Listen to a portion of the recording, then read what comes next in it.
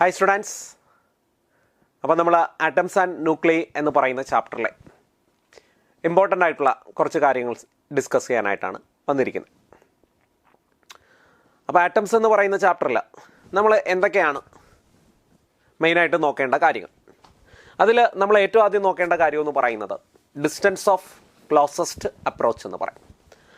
മക്കളെ, അപ്പോൾ എന്താണ് ഡിസ്റ്റൻസ് ഓഫ് ക്ലോസസ്റ്റ് അപ്രോച്ച് എന്ന് ചോദിച്ചാൽ, ഇപ്പം ഞാനൊരു എക്സാമ്പിൾ പറയാം. ഇവിടെ ഒരു ചാർജ്ഡ് പാർട്ടിക്കിൾ ഉണ്ട്. ഈ ചാർജ്ഡ് പാർട്ടിക്കിളിലെ ചാർജ് Q2 ആണ്. മക്കളെ, ഇവൻ ഫിക്സ്ഡ് ആണെന്ന് വെച്ചോളൂ. ഇപ്പം നിങ്ങൾ പഠിച്ചപ്പോൾ ഇത് ഗോൾഡ് ന്യൂക്ലിയസോ അങ്ങനെ വല്ലതൊക്കെ പറഞ്ഞായിരിക്കും പഠിച്ചിട്ടുള്ളത്. ഞാൻ ഒരു ജനറലൈസ്ഡ് എക്സ്പ്രഷൻ പറയുന്നു. അപ്പോൾ ഇതൊരു ചാർജ്ഡ് പാർട്ടിക്കിളാണ്. ആ ചാർജ്ഡ് പാർട്ടിക്കിൾ Q2 ആണ്. അവൻ ഫിക്സ്ഡ് ആണ്. മക്കളെ, ഇവനിൽ നിന്ന് ഇൻഫൈനൈറ്റ് ഡിസ്റ്റൻസ് അകലെ നിന്ന് ഒരു പാർട്ടിക്കിളിനെ പ്രൊജക്ട് ചെയ്ത് വിടുക. അപ്പോൾ ഇത് Q2 എന്ന് പറയുന്ന പാർട്ടിക്കിൾ, ചാർജുള്ള പാർട്ടിക്കിൾ. ഇവിടെ Q1 എന്ന് പറയുന്ന ചാർജുള്ള മറ്റൊരു പാർട്ടിക്കിൾ. ഓക്കെ, അവൻ്റെ ഇനിഷ്യൽ കൈനറ്റിക് എനർജി എന്ന് പറയുന്നത് Ki ആണ്. അവൻ്റെ ഇനിഷ്യൽ കൈനറ്റിക് എനർജി എന്ന് പറയുന്നത് Ki ആണ്. ആണോ? അവൻ ഇനിഷ്യലി ഇൻഫൈനൈറ്റ് സെപ്പറേഷൻ അല്ലേ, അതായത് അവർക്കിടയ്ക്കുള്ള സെപ്പറേഷൻ എന്ന് പറയുന്നത് ഇൻഫൈനൈറ്റ് ആണ്. എന്നിട്ട് ഈ ചാർജിനെ ഇതിന് നേർക്ക് പ്രൊജക്ട് ചെയ്ത് വിടുവാണ്. മക്കളെ, ഇവനും പോസിറ്റീവ് ചാർജ് ആണ്. ശ്രദ്ധിക്കുവാണെങ്കിൽ ഇവനും പോസിറ്റീവ് ചാർജ് ആണ്, ഇവനും ആര് തന്നെയാണ് മക്കളെ, പോസിറ്റീവ് ചാർജ് ആണ്. പക്ഷേ Q2 അനങ്ങത്തില്ല, Q2നെ ഫിക്സ് ചെയ്ത് വെച്ചിരിക്കുവാണ്. അപ്പോൾ എന്ത് പറ്റും മക്കളെ, Q1 അവൻ്റെ അടുത്തേക്ക് നീങ്ങുന്തോറും റിപ്പൾഷൻ കൂടി വരും. അപ്പോൾ അവൻ്റെ സ്പീഡ് കുറഞ്ഞു വരും. അപ്പോൾ ഫൈനലി അവൻ എന്താകും മക്കളെ, സ്റ്റോപ്പ് ആകും. ആ സ്റ്റോപ്പ് ആകുന്ന പോയിന്റ് എന്നിട്ട് അവൻ എന്ത് ചെയ്യും, തിരിച്ചു പോകും. സ്റ്റോപ്പായിട്ട് ഇവിടെ നിന്ന് ഇങ്ങോട്ടേക്ക് തിരിച്ചു പോകും. അങ്ങനെയാണെങ്കിൽ എവിടം വരെയാണോ എത്തുന്നത് അല്ലേ, അപ്പോൾ ഈ ദൂരമാണ് അവർക്കിടയ്ക്കുള്ള ഡിസ്റ്റൻസ് ഓഫ് ക്ലോസസ്റ്റ് അപ്രോച്ച് എന്ന് പറയുന്നത്. അപ്പോൾ ഈ Q2ന് മൂവ്മെന്റ് ഇല്ല, കാര്യം Q2നെ എന്ത് ചെയ്ത് വെച്ചിരിക്കുവാണ്, Q2നെ ഫിക്സ് ചെയ്ത് വെച്ചിരിക്കുവാണ്. ആണോ? അപ്പോൾ Q2ന് മൂവ്മെന്റ് ഇല്ല, അപ്പോൾ Q2നെ എന്ത് ചെയ്ത് വെച്ചിരിക്കുവാണ് മക്കളെ, ഫിക്സ് ചെയ്ത് വെച്ചിരിക്കുവാണ്. അപ്പോൾ Q1 എന്ത് ചെയ്യും മക്കളെ, Q1 നീങ്ങി വരും അല്ലേ, Q1 ഇങ്ങോട്ടേക്ക് നീങ്ങി വരും. But due to repulsion it speed will increase. But what we can say, at this point അവൻ്റെ വെലോസിറ്റി എന്ന് പറയുന്നത് 0 ആയിട്ട് മാറും അല്ലേ. അപ്പോൾ Q1ന്റെ വെലോസിറ്റി എന്ന് പറയുന്നത് 0 ആയിട്ട് മാറും. അപ്പോൾ ഫൈനൽ കൈനറ്റിക് എനർജി എന്ന് പറയുന്നതും എന്തായിട്ട് മാറും മക്കളെ, 0 ആയിട്ട് മാറും. ഇനി എന്ത് പറ്റും, ഈ റിപ്പൾഷൻ കാരണം ഇവൻ തിരിച്ചു പോകും അല്ലേ. So this distance is known as what? This distance is known as distance of closest approach. So that can be considered as R0. അപ്പോൾ എനിക്ക് R0 ആണ് കണ്ടുപിടിക്കേണ്ടത്. അപ്പോൾ R0നെയാണ് ഡിസ്റ്റൻസ് ഓഫ് ക്ലോസസ്റ്റ് അപ്രോച്ച് എന്ന് പറയുന്നത്. അപ്പോൾ ഇവിടെ കൺസർവേറ്റീവ് ഫോഴ്സസ് മാത്രമേ ആക്ട് ചെയ്യുന്നുള്ളൂ. അതുകൊണ്ട് നമുക്ക് എനർജി കൺസർവേഷൻ എടുക്കാം. അപ്പോൾ എനർജി കൺസർവേഷൻ എന്ന് പറഞ്ഞാൽ initial kinetic energy plus initial potential energy is equal to final kinetic energy plus final potential energy എന്നാണ്. അപ്പോൾ ഇനിഷ്യൽ കൈനറ്റിക് എനർജി നോക്കുവാണെങ്കിൽ ഇനിഷ്യൽ കൈനറ്റിക് എനർജി Ki തന്നെയാണ്. ഇനിഷ്യൽ പൊട്ടൻഷ്യൽ എനർജി എന്ന് പറഞ്ഞാൽ ഇലക്ട്രോസ്റ്റാറ്റിക് പൊട്ടൻഷ്യൽ എനർജിയാണ്. Electrostatic potential എനർജിയുടെ formula എന്ന് പറയുന്നത് 1/4πε0 Q1 Q2/R എന്നാണ്. ഇനിഷ്യലി അവർക്കിടയ്ക്കുള്ള സെപ്പറേഷൻ ഇൻഫിനിറ്റി ആണ്. അപ്പോൾ ആറിന്റെ സ്ഥാനത്ത് ഇൻഫിനിറ്റി വരും. Okay, similarly final kinetic energy എന്താ, Q1ന്റെ ഫൈനൽ കൈനറ്റിക് എനർജി 0 ആയി പോകും അല്ലേ. Then what will B final potential energy? Final potential energy എന്ന് പറഞ്ഞാൽ 1/4πε0 എന്നത് വരും മക്കളെ, Q1 Q2 എന്നത് കിട്ടും. 1/4πε0 Q1 Q2/R0 എന്ന് പറയുന്നത് കിട്ടും. അപ്പോൾ നമുക്കറിയാം any number divided by infinity എന്തായി പോകും മക്കളെ, any number divide by infinity എന്ന് പറയുന്നത് 0 ആയി പോകും. അപ്പോൾ നമുക്ക് കിട്ടുന്ന എക്സ്പ്രഷൻ എന്ന് പറയുന്നത് initial kinetic energy is equal to എന്തെന്ന് പറയാം, 1/4πε0 Q1 Q2/R0 എന്ന് പറയാം. അപ്പോൾ 1/4πε0 Q1 Q2 എന്തെന്ന് പറയാം മക്കളെ, R0 എന്ന് പറയാം. അങ്ങനെയാണെങ്കിൽ R0യുടെ ഫോർമുല എന്ന് പറയുന്നത് 1/4πε0 Q1 Q2 ഡിവൈഡഡ് ബൈ എന്തെന്ന് പറയാം, Ki എന്ന് പറയാം. അപ്പോൾ ഇങ്ങനെയാണ് നമുക്ക് ഡിസ്റ്റൻസ് ഓഫ് ക്ലോസസ്റ്റ് അപ്രോച്ച് കണ്ടുപിടിക്കാൻ പറ്റുന്നത്. Okay, so this is the expression to calculate distance of closest approach. അപ്പോൾ ഇവനെ നേർക്ക് വരുന്തോറും എന്ത് സംഭവിക്കും മക്കളെ, അവൻ്റെ സ്പീഡ് കുറഞ്ഞു വരും. അപ്പോൾ സ്പീഡ് കുറഞ്ഞ് ഫൈനലി ഇവൻ ഇവിടെ എന്താവും മക്കളെ, സ്റ്റോപ്പ് ആകും അല്ലേ. അങ്ങനെയാണെങ്കിൽ ഈ ദൂരത്തിനെയാണ് distance of closest approach. R0 is known as distance of closest approach. അപ്പോൾ ഇതാണ് സാധാരണ ഡിസ്റ്റൻസ് ഓഫ് ക്ലോസസ്റ്റ് അപ്രോച്ച് കണ്ടുപിടിക്കാനുള്ള ഫോർമുല. അപ്പോൾ ഇത് നമ്മൾ എപ്പോഴും നോക്കിയിരിക്കണം അല്ലെങ്കിൽ നോക്കി വെച്ചേക്കണം, വളരെ ഇമ്പോർട്ടൻ്റ് ആയിട്ടുള്ള ഒരു കാര്യമാണ്. കുഴപ്പമില്ലല്ലോ. ഓക്കെ, ഗുഡ് മക്കളെ, നിങ്ങൾ ഫോളോ ചെയ്യുന്നുണ്ടെന്ന് വിചാരിക്കുന്നു, മനസ്സിലായെന്ന് വിചാരിക്കുന്നു. ഓക്കെ മക്കളെ, അങ്ങനെയാണെങ്കിൽ നമുക്കിനി നിങ്ങൾ അതിൽ പഠിക്കുന്ന ഒരു സാധനമാണ് ആൽഫ സ്കാറ്ററിംഗ് എക്സ്പെരിമെൻ്റ് ആണ് അല്ലേ. ആൽഫ സ്കാറ്ററിംഗ് എക്സ്പെരിമെൻ്റ് ഒക്കെ പഠിക്കുന്നതല്ലേ, ആൽഫ സ്കാറ്ററിംഗ് എക്സ്പെരിമെൻ്റ് ഒക്കെ പഠിക്കുന്നതാണ്. അപ്പോൾ ആൽഫ സ്കാറ്ററിംഗ് എക്സ്പെരിമെൻറ്റിൽ number of alpha particles scattered at an angle തീറ്റയുടെ ഒരു റിലേഷൻ ഉണ്ട്. ആ റിലേഷൻ ഒന്ന് നോക്കി വെച്ചേക്കണം കേട്ടോ. തീറ്റ ആംഗിളിൽ സ്കാറ്റർ ചെയ്ത നമ്പർ ഓഫ് ആൽഫ പാർട്ടിക്കിൾസ് എന്നാണ്. അങ്ങനെയാണെങ്കിൽ നമുക്ക് പറയാം that n is proportional to 1 sin raised to 4 theta by 2 എന്ന് പറയാം. Okay, that n is proportional to 1 sin raised to 4 theta by 2 എന്ന് പറയാം. Number of alpha particle scattered at an angle theta, number of alpha particles scattered at an angle theta, അതാണ് n എന്ന് പറയുന്നത്.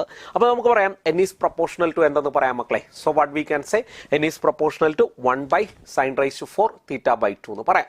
n is proportional to എന്തെന്ന് പറയാം പിള്ളേരെ, 1 sin raised to 4 theta by 2 എന്ന് പറയാം. So this is the expression for number of alpha particles scattered at an angle theta. അപ്പോൾ ഇതിന്റെ ഒരു ക്വസ്റ്റ്യൻ ഒക്കെ ഒരുവണ ചോദിച്ചിട്ടുണ്ട്.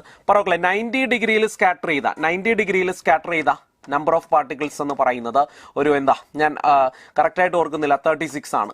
90 ഡിഗ്രിയിൽ സ്കാറ്റർ ചെയ്ത നമ്പർ ഓഫ് പാർട്ടിക്കിൾസ് 36 ആണ്. അങ്ങനെയാണെങ്കിൽ 30 ഡിഗ്രി ആംഗിളിൽ സ്കാറ്റർ ചെയ്ത നമ്പർ ഓഫ് ആൽഫ പാർട്ടിക്കിൾസ് എത്ര എന്നൊക്കെ ചോദിച്ച് ക്വസ്റ്റ്യൻ ഉണ്ടായിരുന്നു. ഓക്കെ, 90 ഡിഗ്രിയിൽ, അതായത് സ്കാറ്ററിംഗ് അറിയാമല്ലോ, ആൽഫ പാർട്ടിക്കിൾ ഡീവിയേറ്റ് ചെയ്തു പോകും. Most of the alpha particle യാതൊരു ഡീവിയേഷനും ഇല്ലാതെ കടന്നു പോകും. കുറച്ച് ആൽഫ പാർട്ടിക്കിൾസിന് ഡീവിയേഷൻ ഉണ്ട്. വളരെ ചുരുക്കം ചില ആൾക്കാർ പാത്ത് റീട്രൈസ് ചെയ്യുന്നൊക്കെ നിങ്ങൾ പഠിച്ചിട്ടുണ്ട് അല്ലേ.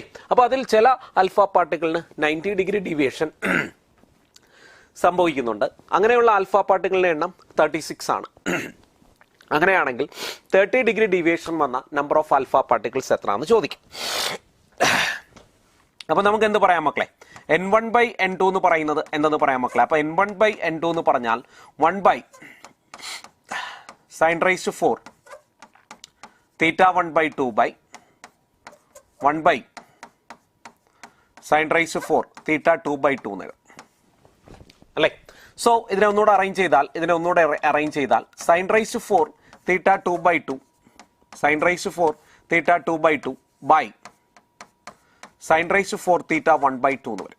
sin raised to 4 theta 2/2 by sin raised to 4 theta 1/2 എന്ന് പറയുന്ന വരും. അപ്പൊ n1 എത്രയാണെന്ന് തന്നിട്ടുണ്ട് മക്കളെ, n1 36 എന്ന് തന്നിട്ടുണ്ട്. എന്ത് തന്നിട്ടില്ല മക്കളെ, n2 തന്നിട്ടില്ല. അപ്പൊ n2 അത് കണക്ക് നമുക്ക് ഇട്ടേക്കാം അല്ലേ. So that's equal to sin raised to sin raised to 4 theta 2 എത്ര മക്കളെ, രണ്ടാമത്തെ കേസിൽ ആംഗിൾ എന്ന് പറഞ്ഞാൽ 30 ആണ്. സോ ദാറ്റ്സ് ഈക്വൽ ടു 30/2 എന്ന് കിട്ടും. അപ്പൊ theta 2 എന്ന് പറഞ്ഞാൽ 30/2 എന്ന് പറയുന്നത് കിട്ടും. So sin raised to 4 theta 1 എന്ന് പറയുന്നത് ഇനിഷ്യൽ സിറ്റുവേഷനിൽ ആംഗിൾ എത്ര മക്കളെ, ഇനിഷ്യൽ സിറ്റുവേഷനിൽ ആംഗിൾ എന്ന് പറഞ്ഞാൽ 90 ആണ്. 90/2 ആണ് മക്കളെ. കാര്യം പിടി കിട്ടിയല്ലോ. അപ്പൊ ഇങ്ങനെ നമുക്കത് ചെയ്യാൻ പറ്റും. അപ്പൊ sin 15 അല്ലേ, sin 15 എന്നൊക്കെ കിട്ടും. താഴെ sin 45 എന്നൊക്കെ കിട്ടും. sin 15 നമുക്ക് വേണമെങ്കിൽ sin 45 മൈനസ് 30 എന്നൊക്കെ എഴുതാം. sin 15 നമുക്ക് ഇവിടെ വേണ്ടി വരും അല്ലേ, ഇവിടെ നമുക്ക് sin 15 വേണ്ടി വരും. അപ്പോൾ sin 15 നമുക്ക് sin എന്തെന്ന് എഴുതാം മക്കളെ, sin 45 മൈനസ് 30 എന്നൊക്കെ എഴുതാം കേട്ടോ. ചിലപ്പോൾ കുറച്ചുകൂടെ എളുപ്പമുള്ള ആംഗിൾ ആയിരിക്കും ചോദിക്കുന്നത്, അപ്പോൾ sin 15 എന്തെന്ന് എഴുതാം മക്കളെ, sin 15 sin 45 മൈനസ് 30 എന്നൊക്കെ എഴുതാം അല്ലേ. ഇതിനെന്തെഴുതാം, sin 45 cos 30 minus cos 45 sin 30 എന്ന് എഴുതാം. എന്നിട്ട് നമുക്ക് ഈസി ആയിട്ട് കാൽക്കുലേറ്റ് ചെയ്യാവുന്നേ ഉള്ളൂ. അല്ലെങ്കിൽ ഈ ആംഗിൾ 60 ആയിരുന്നെങ്കിലും ക്വസ്റ്റ്യൻ കുറച്ചുകൂടെ എളുപ്പമായേനെ കേട്ടോ. ഈ ആംഗിൾ 60 ഡിഗ്രി ആയിരുന്നെങ്കിലും ക്വസ്റ്റ്യൻ കുറച്ചുകൂടെ എളുപ്പമായേനെ. അപ്പോൾ ഈ ആംഗിൾ 60 ആയാൽ 30യുടെ സ്ഥാനത്ത് എത്ര ഇട്ട് കൊടുത്താൽ മതി മക്കളെ, 60 ഇട്ട് കൊടുത്താൽ മതി. 30യുടെ സ്ഥാനത്ത് എത്ര ഇട്ട് കൊടുത്താൽ മതി മക്കളെ, 60 ഇട്ട് കൊടുത്താൽ മതി. അപ്പോൾ sin 60/2 എന്ന് പറഞ്ഞാൽ 30 എന്ന് വരും. sin 30 എന്ന് പറഞ്ഞാൽ 1/2 ആണ്. 1/2 the whole raised to 4 എന്ന് പറഞ്ഞാൽ 1/16 ആണ് അല്ലേ, ഡിവൈഡഡ് ബൈ അടുത്ത എന്താ 90/2 എന്ന് പറഞ്ഞാൽ 45 ആണ്. sin 45 എന്ന് പറഞ്ഞാൽ 1/√2 ആണ്. അപ്പോൾ അതിന്റെ ഹോൾ റൈസ് ടു 4 എന്ന് പറഞ്ഞാൽ 1/4 എന്ന് വരും. 1/√2 ഇൻറ്റു 1/√2 ഇൻറ്റു 1/√2 ഇൻറ്റു 1/√2 ചെയ്ത് നോക്കിയാൽ 1/4 എന്ന് കിട്ടും. അപ്പോൾ ഇത് സോൾവ് ചെയ്താൽ എത്രയാണെന്ന് കിട്ടും മക്കളെ, ഇത് സോൾവ് ചെയ്താൽ 1/4 എന്ന് പറയുന്നത് കിട്ടും. അപ്പോൾ n2 എന്ന് പറയുന്നത് 36 × 4. ഈ രീതിക്ക് നമുക്ക് അത് കാൽക്കുലേറ്റ് ചെയ്യാവുന്നേ ഉള്ളൂ. അപ്പോൾ ഈ രണ്ട് കാര്യങ്ങളും ഓർത്ത് വെച്ചേക്കണം. അപ്പോൾ നമ്മൾ മെയിനായിട്ട് രണ്ട് കാര്യങ്ങളാണ് പറയുന്നത്. ആദ്യം ഡിസ്റ്റൻസ് ഓഫ് ക്ലോസസ്റ്റ് അപ്രോച്ച് പറഞ്ഞു അല്ലേ, ഡിസ്റ്റൻസ് ഓഫ് ക്ലോസസ്റ്റ് അപ്രോച്ച് പറഞ്ഞു. അത് കഴിഞ്ഞ് എന്താ, number of alpha particles scattered at an angle theta പറഞ്ഞു. ഓക്കെ, അപ്പോൾ ആദ്യം നമ്മൾ ഡിസ്റ്റൻസ് ഓഫ് ക്ലോസസ്റ്റ് അപ്രോച്ച് പറഞ്ഞു. അത് കഴിഞ്ഞ് നമ്മൾ പറഞ്ഞതെന്ന് പറയുന്നത് number of alpha particles scattered at an angle തീറ്റയാണ് പറഞ്ഞത്. കുഴപ്പമില്ലല്ലോ, ഓക്കെ ആണെന്ന് വിചാരിക്കും മക്കളെ. കാര്യങ്ങൾ മനസ്സിലായി എന്ന് വിചാരിക്കും. പറവക്കളെ, പിന്നെ നമുക്ക് ആറ്റത്തിൽ പഠിക്കാനുള്ളത് ഡിഫറെൻറ്റ് ആറ്റം മോഡൽസിനെ കുറിച്ച് ഡിസ്കസ് ചെയ്യാനുണ്ട് അല്ലേ. ഡിഫറെൻറ്റ് ആറ്റം മോഡൽസ് അല്ലേ, Thomson's plum pudding model, Rutherford atom model അല്ലേ? അതിൽ നമുക്ക് ഏറ്റവും മെയിനായിട്ട് പഠിക്കാനുള്ളത് ആരാണ്? ബോർസ് ആറ്റം മോഡലാണ്. അപ്പോൾ നമുക്ക് ഏറ്റവും മെയിനായിട്ട് പഠിക്കാനുള്ളതെന്ന് പറയുന്നത് ഏത് ആറ്റം മോഡലാണ് മക്കളെ? ഏറ്റവും മെയിനായിട്ട് പഠിക്കാനുള്ളതെന്ന് പറയുന്നത് ബോർസ് ആറ്റം മോഡലാണ്. ബോർസ് ആറ്റം മോഡലിൽ എന്തൊക്കെയാണ് മക്കളെ തിയറി പറയുന്നത്? എന്തൊക്കെയാണ് തിയറി പറയുന്നത്? അതിൽ പറയുന്നതെന്ന് പറയുന്നത് പറമക്കളെ, ഇപ്പൊ ഇത് ന്യൂക്ലിയസ് ആണെങ്കിൽ ന്യൂക്ലിയസിന്റെ ചാർജ് നമുക്ക് എന്തെന്ന് കൊടുക്കാം മക്കളെ? ന്യൂക്ലിയസിന്റെ ചാർജ് ഇസഡി എന്ന് പറയുന്നത് കൊടുക്കാം അല്ലേ? അപ്പൊ ന്യൂക്ലിയസിന്റെ ചാർജ് നമുക്ക് ഇസഡി എന്ന് പറയുന്നത് കൊടുക്കാം. ഇതിന് ചുറ്റും ഇലക്ട്രോൺസ് സർട്ടൻ അല്ലേ സ്റ്റേഷനറി ഓർബിറ്റ്സിലാണ് റിവോൾവ് ചെയ്യുന്നത് അല്ലേ? സർട്ടൻ സ്റ്റേഷനറി ഓർബിറ്റ്സിലാണ് റിവോൾവ് ചെയ്യുന്നത്. അങ്ങനെയാണെങ്കിൽ അവർക്കിടയ്ക്കുള്ള ഇലക്ട്രോസ്റ്റാറ്റിക് ഫോഴ്സ് എന്ന് പറയുന്നത് 1/4πε0 ഇസഡി ഇൻറ്റു ഇ. അപ്പൊ ഇസഡി സ്ക്വയർ എന്ന് പറയുന്നവരും ഡിവൈഡഡ് ബൈ ആർ സ്ക്വയർ എന്ന് പറയുന്നവരും അല്ലേ? അവർക്കിടയ്ക്കുള്ള ഇലക്ട്രോസ്റ്റാറ്റിക് ഫോഴ്സ് ആണ് അവർക്ക് വേണ്ടുന്ന സെൻട്രിപിറ്റൽ ഫോഴ്സ് കൊടുക്കുന്നത് അല്ലേ? അപ്പൊ അവർക്ക് വേണ്ടുന്ന ഇലക്ട്രോസ്റ്റാറ്റിക് ഫോഴ്സ് ആണ് അവർക്ക് വേണ്ടുന്ന സെൻട്രിപിറ്റൽ ഫോഴ്സ് കൊടുക്കുന്നത്. അപ്പം എന്താ മക്കളെ? ഫസ്റ്റ് ഇക്വേഷൻ ഇതാണ് അല്ലേ? അപ്പൊ ഇതാണ് ന്യൂക്ലിയസ്. ന്യൂക്ലിയസിന്റെ ചാർജ് എന്ന് പറയുന്നത് പ്ലസ് ഇസഡി ആണ്. If Z e is the atomic number of the atom, ന്യൂക്ലിയസിന്റെ ചാർജ് എന്ന് പറയുന്ന പ്ലസ് ഇസഡി ആണ്. അപ്പൊ അതിന് ചുറ്റും ഇലക്ട്രോൺസ് റിവോൾവ് ചെയ്തുകൊണ്ടിരിക്കുകയാണ്. അപ്പൊ അവന്മാർക്കിടയ്ക്ക് എന്ത് കാണും മക്കളെ? അട്രാക്റ്റീവ് ഫോഴ്സ് കാണും അല്ലേ? ആ അട്രാക്റ്റീവ് ഫോഴ്സ് ആണ് അവർക്ക് വേണ്ടുന്ന സെൻട്രിപിറ്റൽ ഫോഴ്സ് കൊടുക്കുന്നത്. So what we can say 1/4πε0 into Z e square by R square is equal to എന്തെന്ന് പറയേണ്ടി വരും മക്കളെ? mv square divided by R എന്ന് പറയേണ്ടി വരും. പറമക്കളെ, ഇനി ബോർ പോസ്റ്റ്ലേറ്റ് പറയുന്ന മറ്റൊരു കാര്യം എന്ന് പറയുന്നത് angular momentum is an integral multiple of h/2π അല്ലേ? അപ്പൊ ആംഗുലർ മൊമെന്റം എന്ന് പറയുന്നത് ഇന്റഗ്രൽ മൾട്ടിപ്പിൾ ഓഫ് h/2π ആയിരിക്കും. ആംഗുലർ മൊമെന്റം എന്ന് പറയുന്നത് ഇന്റഗ്രൽ മൾട്ടിപ്പിൾ ഓഫ് h/2π ആയിരിക്കും. ആംഗുലർ മൊമെന്റത്തിന് നമുക്ക് mvr എന്ന് സബ്സ്റ്റിറ്റ്യൂട്ട് ചെയ്യാം അല്ലേ? ആംഗുലർ മൊമെന്റത്തിന് mvr എന്ന് സബ്സ്റ്റിറ്റ്യൂട്ട് ചെയ്യാം. അപ്പൊ mvr ഈസ് ഈക്വൽ ടു എന്തെന്ന് എഴുതാം പിള്ളേരെ? nh/2π എന്ന് പറയാം. ഓക്കെ, അപ്പൊ mvr is equal to nh/2π എന്ന് പറയാം. ഓക്കെ, ദെൻ അപ്പൊ നമുക്ക് അടുത്ത ഇക്വേഷൻ കിട്ടി. അപ്പൊ mvr is equal to nh/2π. നിങ്ങൾ ഫോർമുല മറന്നു പോകുന്നുണ്ടെങ്കിൽ, റേഡിയസിന്റെ ഒക്കെ ഫോർമുല മറന്നു പോകുന്നുണ്ടെങ്കിൽ നിങ്ങൾക്ക് ഇങ്ങനെ ഈസി ആയിട്ട് ഡിറൈവ് ചെയ്യാൻ പറ്റും. പറമക്കളെ, അപ്പൊ ഇവിടെ ഒരു ആറും ക്യാൻസൽ ആയി അല്ലേ? ഇവിടെ ഒരു ആറും ഇവിടെ ഒരു ആറും ക്യാൻസൽ ആയി. അങ്ങനെയാണെങ്കിൽ LHS ആരുണ്ട് മക്കളെ? LHS നോക്കി, ഇവിടെ ഇസഡി സ്ക്വയർ ബൈ പറഞ്ഞേ 4πε0 r ഉണ്ട് അല്ലേ? അവിടെ ആരുണ്ട് പിള്ളേരെ? mv സ്ക്വയർ ആണ്. mv സ്ക്വയറിനെ mv ഇൻറ്റു വി എന്ന് എഴുതാമല്ലോ. mv സ്ക്വയറിനെ mv ഇൻറ്റു വി എന്ന് എഴുതാം. ഇവിടെ ആറ് ക്യാൻസൽ ആയാൽ അല്ലേ? മക്കളെ, ഇത് ഫോർമുല മറന്നുപോയാൽ നമുക്ക് ചിലപ്പോൾ ഡെറിവേഷൻ ആവശ്യമായിട്ട് വരും. ഡെറിവേഷൻ പഠിച്ചു വെച്ചിരുന്നാൽ ഫോർമുല മറന്നു പോയാലും നമുക്ക് ഓരോന്നിന്റെ എക്സ്പ്രഷൻസ് ഡിറൈവ് ചെയ്യാൻ പറ്റും അല്ലേ? ഞാൻ ആറിനെ മാത്രം ഒന്ന് അപ്പുറം പറഞ്ഞു വിടുന്നു. അപ്പൊ ആറിനെ മാത്രം ഒന്ന് അപ്പുറം പറഞ്ഞു വിട്ടാൽ ഇതിനെന്തെന്ന് എഴുതാം പിള്ളേരെ? mvr ഇൻറ്റു വി എന്ന് എഴുതാം അല്ലേ? ആറിനെ മാത്രം അപ്പുറം പറഞ്ഞു വിട്ടാൽ mvr ഇൻറ്റു വി എന്ന് എഴുതാം അല്ലേ? ഇനി mvr എന്ത് കൊടുക്കാം മക്കളെ? mvr can be written as nh/2π അല്ലേ? അപ്പൊ ഇസഡി സ്ക്വയർ ബൈ 4πε0 അല്ലേ? സോ ദാറ്റ്സ് ഈക്വൽ ടു എന്താ? mvr എന്ത് എഴുതാം പിള്ളേരെ? mvr can be written as nh/2π അല്ലേ? mvr can be written as nh/2π into എന്തെന്ന് കിട്ടും? v എന്ന് പറയുന്നത് കിട്ടും. അപ്പൊ ആരൊക്കെ ക്യാൻസൽ ആയി പോകും മക്കളെ? അപ്പൊ ആരൊക്കെ ക്യാൻസൽ ആയി പോകും എന്ന് വെച്ചാൽ പൈയും ക്യാൻസൽ ആയി പോകും അല്ലേ? അപ്പൊ 2ഉം 4ഉം ക്യാൻസൽ ആയാൽ ഇവിടെ ഒരു 2 വരും.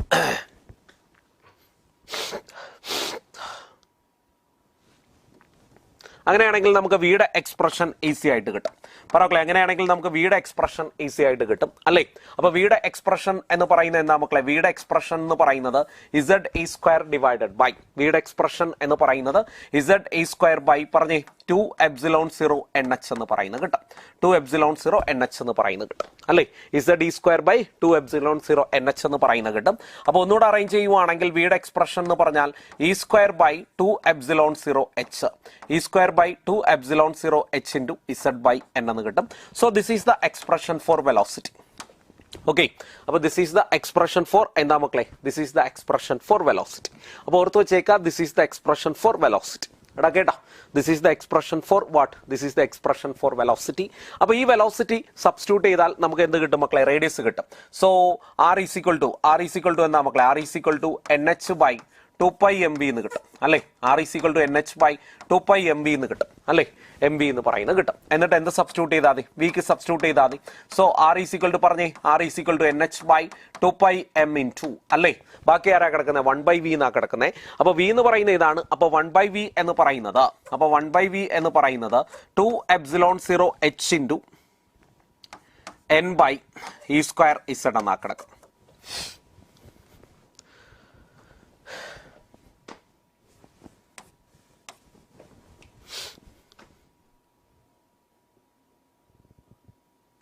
മക്കളെ ക്ലിയർ ആണോ? ഓക്കെ, അങ്ങനെയാണെങ്കിൽ ആറിന്റെ എക്സ്പ്രഷൻ കിട്ടും. പറയൂ ആറിന്റെ എക്സ്പ്രഷൻ എന്ന് പറഞ്ഞാൽ epsilon 0 h square by pi M E square. Epsilon 0 h square by pi M E square അല്ലേ? Epsilon 0 h square by pi M E square into എന്തെന്ന് കിട്ടും മക്കളെ? എൻ സ്ക്വയർ ബൈ ഇസഡ് എന്ന് കിട്ടും. ഇൻറ്റു എന്തെന്ന് കിട്ടും മക്കളെ? Into n square by z എന്ന് കിട്ടും. അപ്പോൾ ഈ കാര്യങ്ങളാണ് നിങ്ങൾ എവിടെ നോക്കേണ്ടത് മക്കളെ? റേഡിയസിന്റെ കാര്യങ്ങളിൽ നോക്കേണ്ടത്. അപ്പോൾ ഈ കാര്യങ്ങളാണ് നിങ്ങൾ എന്തിൽ നോക്കേണ്ടത് മക്കളെ? റേഡിയസിന്റെ കാര്യങ്ങളിൽ നോക്കേണ്ടത്.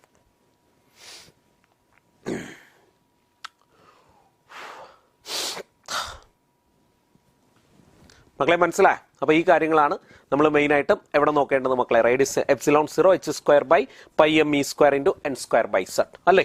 അപ്പോൾ ഇവിടെ നോക്കുവാണെങ്കിൽ വെലോസിറ്റി പ്രൊപ്പോർഷണൽ ടു എന്തെന്ന് പറയേണ്ടി വരും മക്കളെ? വെലോസിറ്റി പ്രൊപ്പോർഷണൽ ടു 1/n എന്ന് പറയേണ്ടി വരും. അതേ കണക്ക് റേഡിയസ് പ്രൊപ്പോർഷണൽ ടു എന്തെന്ന് പറയേണ്ടി വരും മക്കളെ? Radius proportional to n square എന്ന് പറയേണ്ടി വരും. അപ്പോൾ ഇതൊക്കെ ഇത് രണ്ടുമാണ് ബേസിക് ഫോർമുല. കാര്യം വിയും ആറും അറിയെങ്കിൽ നമുക്ക് എല്ലാം കണ്ടുപിടിക്കാൻ പറ്റും. അതുകൊണ്ടാണ് ഞാൻ ഇതിന്റെ രണ്ടിനെയും കാര്യങ്ങൾ മാത്രം പറഞ്ഞത്. വിയും ആറും അറിയാമെങ്കിൽ നമുക്ക് എന്തും കണ്ടുപിടിക്കാൻ പറ്റും. അഥവാ നിങ്ങൾ വിയും ആറും മറന്നുപോയാൽ ഈ ഡെറിവേഷൻ ഒന്ന് ഓർത്തിരുന്നാൽ വിയും ആറും ചെയ്യാൻ പറ്റും അല്ലേ? വിയും ആറും മിക്കവാറും നമുക്ക് ഈ റിലേഷൻ തന്നെ ധാരാളമാണ്. V proportional to 1/n R proportional to N സ്ക്വയറും അത് തന്നെ നമുക്ക് വാലിഡ് ആയിട്ടുള്ള റിലേഷൻ, അത് മാത്രം മതി. ഓക്കെ, എന്നാലും നമുക്ക് എവിടെയെങ്കിലും ആവശ്യം വന്നാൽ ഈ ഡെറിവേഷൻ ഒന്ന് ഓർത്തിരിക്കുക അല്ലേ? ഇനി എന്ത് ചോദിക്കാം മക്കളെ? അവന്റെ കൈനറ്റിക് എനർജി ചോദിക്കും അല്ലേ? അവന്റെ കൈനറ്റിക് എനർജി ചോദിക്കുവാണെങ്കിൽ എന്തെഴുതാം മക്കളെ? Half into m into v square എന്നെഴുതാം അല്ലേ? Half into m into v square എന്നെഴുതാം. ആ ഇലക്ട്രോൺസ് റിവോൾവ് ചെയ്യുന്ന ടൈം പീരീഡ് ചോദിക്കുവാണെങ്കിൽ ടൈം പീരീഡിന് എന്തെഴുതാം പിള്ളേരെ? ഇലക്ട്രോൺസ് റിവോൾവ് ചെയ്യുന്ന ടൈം പീരീഡ് 2πr/v ആണ് അല്ലേ? ടൈം പീരീഡ് ചോദിച്ചാൽ 2πr/v എന്ന് എഴുതാം. ഇനി അവൻ പ്രൊഡ്യൂസ് ചെയ്യുന്ന കറണ്ട് ചോദിക്കാം. ആ ഇലക്ട്രോൺസ് ഓർബിറ്റിന് ചുറ്റും റിവോൾവ് ചെയ്യുന്നുണ്ട്. What is the current produced എന്ന് ചോദിച്ചാൽ Q/T ആണ്. Q എന്ന് പറഞ്ഞാൽ ഇലക്ട്രോണിന്റെ ചാർജ് E ആണ്. അപ്പോൾ E/T ആണ്. T എന്ന് പറഞ്ഞാൽ 2πr/v ആണ്. അതേ കണക്ക് ഫ്രീക്വൻസി ഓഫ് റെവല്യൂഷൻ ചോദിക്കാം. ഫ്രീക്വൻസി ഓഫ് റെവല്യൂഷൻ എന്ന് പറഞ്ഞാൽ എന്താ മക്കളെ? V/2πr ആണ് അല്ലേ? ഇനി പറയല്ലേ magnetic field at the centre ചോദിക്കാം. Magnetic field at the centre എന്ന് പറഞ്ഞാൽ μ0I/2r ആണ് അല്ലേ? Magnetic field at the centre എന്ന് പറഞ്ഞാൽ μ0I/2r ആണ്. I എന്ന് പറഞ്ഞാൽ E/T ആണ്. T എന്ന് പറഞ്ഞാൽ 2πr/v ആണ്. അപ്പോൾ ആറും വിയും അറിയാമെങ്കിൽ നമുക്ക് എന്ത് കണ്ടുപിടിക്കാൻ പറ്റും മക്കളെ? എല്ലാം കണ്ടുപിടിക്കാൻ പറ്റും അല്ലേ? അപ്പോൾ ആറും വിയും അറിയാമെങ്കിൽ നമുക്ക് എല്ലാം കണ്ടുപിടിക്കാൻ പറ്റും അല്ലേ? അപ്പോൾ ആറും വിയും അറിയാമെങ്കിൽ നമുക്ക് എല്ലാം വളരെ ഈസി ആയിട്ട് കണ്ടുപിടിക്കാൻ പറ്റും. ഓക്കെ ആണോ? അപ്പോൾ അതാണ് ആറിന്റെയും വിയുടെയും പ്രത്യേകത എന്ന് പറയുന്നത്. ഇത് രണ്ടും അറിയെങ്കിൽ തന്നെ നമുക്ക് ഈ ചാപ്റ്ററിലെ എല്ലാ കാര്യങ്ങളും പഠിക്കാൻ പറ്റും. അതുകൊണ്ടാണ് ഞാൻ ആറിന്റെയും വിയുടെയും ഡെറിവേഷൻ ഒന്ന് മെയിൻ ആയിട്ടൊന്ന് പറഞ്ഞത്. അപ്പോൾ ഒന്നുകൂടെ ഓർപ്പിക്കുന്നു, കൈനറ്റിക് എനർജി ഓഫ് ഇലക്ട്രോൺ ആണ് ചോദിക്കുന്നതെങ്കിൽ we can write it as half M V square. Time period ആണ് ചോദിക്കുന്നതെങ്കിൽ 2πr/v അല്ലെങ്കിൽ V/2πr എന്ന് പറയാം. കറണ്ട് ആണ് ചോദിക്കുന്നതെങ്കിൽ കറണ്ട് Q/T എന്ന് പറയാം. Q എന്ന് പറഞ്ഞാൽ ചാർജ് ഓഫ് ദ ഇലക്ട്രോൺ ആണ്. So charge of the electron E ആണ്. So that can be written as C/T. Magnetic field at the centre ആണ് ചോദിക്കുന്നതെങ്കിൽ magnetic field at the centre എന്ന് പറയുന്നത് μ0I/2r. Magnetic field at the centre എന്ന് പറയുന്നത് μ0I/2r. അപ്പോൾ ഇത്രയും കാര്യങ്ങൾ എല്ലാവർക്കും മനസ്സിലായെന്ന് വിചാരിക്കുന്നു മക്കളെ. അപ്പോൾ ഇത്രയും കാര്യങ്ങൾ എല്ലാവർക്കും മനസ്സിലായെന്ന് വിചാരിക്കുന്നു. വലിയ പ്രശ്നങ്ങളൊന്നുമില്ല അല്ലേ? പറയല്ലേ ഇനി വേണമെങ്കിൽ അവിടെ നമ്മൾ നോക്കേണ്ട കാര്യം എന്ന് പറയുന്നത് ടോട്ടൽ എനർജിയും കൈനറ്റിക് എനർജിയും പൊട്ടൻഷ്യൽ എനർജിയും അങ്ങനെയുള്ള റിലേഷനൊക്കെ ഒന്ന് നോക്കിയേക്കണം കേട്ടോ. ടോട്ടൽ എനർജിയും കൈനറ്റിക് എനർജിയും പൊട്ടൻഷ്യൽ എനർജിയും അങ്ങനെയുള്ള റിലേഷനൊക്കെ ഒന്ന് നോക്കിയേക്കണം. അപ്പോൾ അതൊക്കെ അതിൽ വളരെ ഇമ്പോർട്ടൻ്റ് ആയിട്ടുള്ള കാര്യങ്ങളാണ്. അപ്പോൾ ഇത് ഇത്രയും എല്ലാവർക്കും മനസ്സിലായി എന്ന് വിചാരിക്കുന്നു അല്ലേ? ടോട്ടൽ എനർജിയൊക്കെ എങ്ങനെ കണ്ടുപിടിക്കാം മക്കളെ? പോട്ട്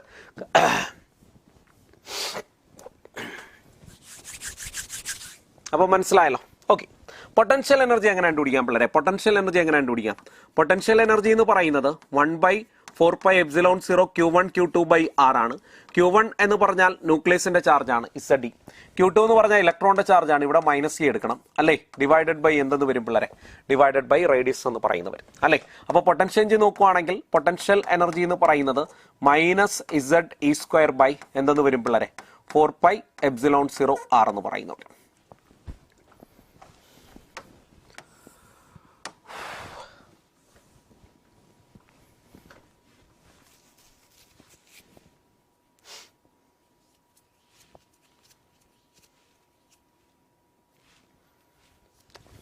ഓക്കെ ആണോ? അപ്പോൾ പൊട്ടൻഷ്യൽ എനർജി എന്ന് പറയുന്നത് എത്രയാണെന്ന് വരും മക്കളെ? പൊട്ടൻഷ്യൽ എനർജി എന്ന് പറയുന്നത് -ZE²/4πε0r എന്ന് പറയുന്നത് കിട്ടും. അപ്പോൾ വേണമെങ്കിൽ നമുക്ക് എന്ത് കൊടുക്കാം? ആറിന് സബ്സ്റ്റിറ്റ്യൂഷൻ കൊടുത്ത് നമുക്ക് കണ്ടുപിടിക്കാൻ പറ്റും അല്ലേ? വേണമെങ്കിൽ നമുക്ക് ആറിന് സബ്സ്റ്റിറ്റ്യൂഷൻ കൊടുത്ത് കണ്ടുപിടിക്കാൻ പറ്റും അല്ലേ? ഇനി എന്താ മക്കളെ വേണ്ടത്? ഇനി നമുക്ക് വേണ്ടത് കൈനറ്റിക് എനർജിയാണ് വേണ്ടത് അല്ലേ? കൈനറ്റിക് എനർജി നമുക്കൊന്ന് എഴുതി നോക്കാം. കൈനറ്റിക് എനർജി എന്ന് പറയുന്നത് ഹാഫ് എം വി സ്ക്വയർ ആണല്ലോ. കൈനറ്റിക് എനർജി എന്ന് പറയുന്നത് ഹാഫ് എം വി സ്ക്വയർ ആണ് അല്ലേ? അപ്പൊ കൈനറ്റിക് എനർജി എന്ന് പറയുന്നത് ഹാഫ് എം വി സ്ക്വയർ ആണ്. ഓക്കെ ആണ്? ഓക്കെ മക്കളെ, ഇവിടെ ഞാൻ ചെറിയൊരു കാര്യം ചെയ്യുന്നു. Half into m into v into അല്ലേ? മക്കളെ വി സ്ക്വയറിന് വി എന്ന് എഴുതുന്നു. ഇവിടെ ഒരു 6 കൊണ്ട് ഇൻറ്റു ചെയ്യുന്നു. 6 കൊണ്ട് എന്തും കൂടെ ചെയ്യുന്നതാ, ഡിവൈഡും കൂടെ ചെയ്യും അല്ലേ? അങ്ങനെയാണെങ്കിൽ ഇവിടെ ആര് വന്നിട്ടുണ്ട് മക്കളെ? എം വി ആർ വന്നിട്ടുണ്ട്. എം വി ആറിന് എന്ത് കൊടുക്കാം പിള്ളേരെ? NH/2π എന്ന് കൊടുക്കാം. അപ്പോൾ ഇവിടെ എം വി ആർ വന്നിട്ടുണ്ട്. എം വി ആറിന് എന്തെന്ന് കൊടുക്കാം മക്കളെ? എം വി ആറിന് NH/2π എന്ന് പറയുന്നത് കൊടുക്കാം. ഇനി പറയാം, താഴെ ഒരു 6 കൂടെ കിടപ്പുണ്ട്. താഴെ ആര് കൂടെ കിടപ്പുണ്ട്? താഴെ 6 കൂടെ കിടപ്പുണ്ട്. വിക്ക് എന്ത് സബ്സ്റ്റിറ്റ്യൂട്ട് ചെയ്യാം മക്കളെ? We can be written as, നോക്കി, we can be written as E square by 2 epsilon 0 h into Z by n. ആണോ? 2 epsilon 0 h into Z by n അല്ലേ മക്കളെ? അങ്ങനെയാണെങ്കിൽ ആരൊക്കെ വെട്ടിപ്പോവും? NH വെട്ടിപ്പോവും അല്ലേ? അപ്പൊ NH വെട്ടിപ്പോവും. ഇതാ നോക്കിയാൽ അപ്പൊ എന്ത് കിട്ടും? Z E square by അല്ലേ? Z E square by 2 into 2 into 2 8 ആണ് അല്ലേ? 8π epsilon 0 r എന്നാണ് കിട്ടുന്നത്. നിങ്ങളൊന്ന് കൈനറ്റിക് എനർജി ഒന്ന് സൂക്ഷിച്ച് നോക്കി. അപ്പൊ കൈനറ്റിക് എനർജി എന്ന് പറയുന്നത് Z E square by 8π epsilon 0 r എന്നാണ് കിട്ടുന്നത്. ഇതെന്തിനാ ഞാൻ പറഞ്ഞതെന്ന് കുറച്ച് കഴിയുമ്പോൾ പറയാം. ഇടാ കേട്ടോ? അപ്പൊ കൈനറ്റിക് എനർജി. ഇനി പൊട്ടൻഷ്യൽ എനർജീനെ നമുക്ക് ഇങ്ങനെ എഴുതാമല്ലോ മക്കളെ?